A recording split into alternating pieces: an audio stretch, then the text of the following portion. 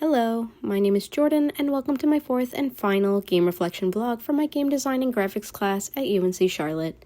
Today, I will be playing Hollow Knight. I played this game on my PC using a DualShock or PS4 controller. Hollow Knight was developed and published by Team Cherry in 2017. Hollow Knight is a single-player action-adventure platformer game rated everyone 10 and up by the ESRB. The game follows a nameless insectoid protagonist as they navigate and descend into a ruined kingdom known as the Hollow Nest. The game starts with basic controls: walking, jumping, attacking with your sword, and a self-healing mechanic. The healing mechanic is dependent on you fighting enemies to build up your soul, which is like your mana or magic meter, which you then convert into healing or spells you learn as you progress. This means the player needs to be strategic about confronting enemies because you can only save and heal yourself without soul when you find a bench or a hot spring. This game is described as a Metroidvania, which features non-linear progression and areas that are locked by skills or items you need to acquire to unlock these areas. This game also features a high level of difficulty that results in frequent player death. When you attack enemies, you may be pushed back if you attack in the air, so your attention and mobility becomes very important when navigating in any of the rooms with vertical ascension. When you defeat enemies, you may gain soul and or money. The money can be used to buy a map, charms, pins for your map, and to unlock the fast travel mechanic.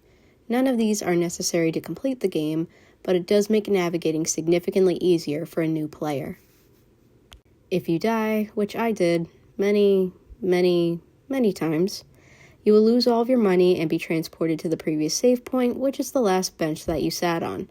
It becomes important to weigh your options of whether to continue progressing for longer stretches of time against frequently saving. Apparently, you can go back to where you died and defeat the corrupted soul you leave behind to retrieve your money, but if you die before you do so, you lose that money for good. I never ended up recovering any of that money I lost, and only discovered this while talking to my brother who's played the game before, so, well, oops. Every time you get hit by an enemy, the music muffles from the impact you sustain, and an explosive visual effect occurs that further emphasizes the hit. It acts as a very clear warning to the player about the mistakes they made, as the gameplay revolves around learning the enemy's attack patterns.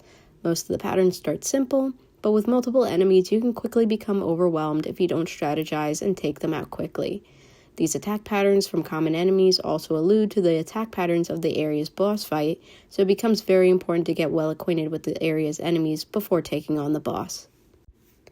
Overall, the somber, melancholic mood and the dark fantasy setting of the game is very well established by its dark color palette and visual effects. I like that the game gives you the option to adjust the brightness of your screen because some of the areas are hard to make out because of the dark color palette and visual effects that occur when you get hit, which matters especially during the fights with enemies with unforgiving attack patterns. That's all for this vlog. See you next time, and thank you for watching.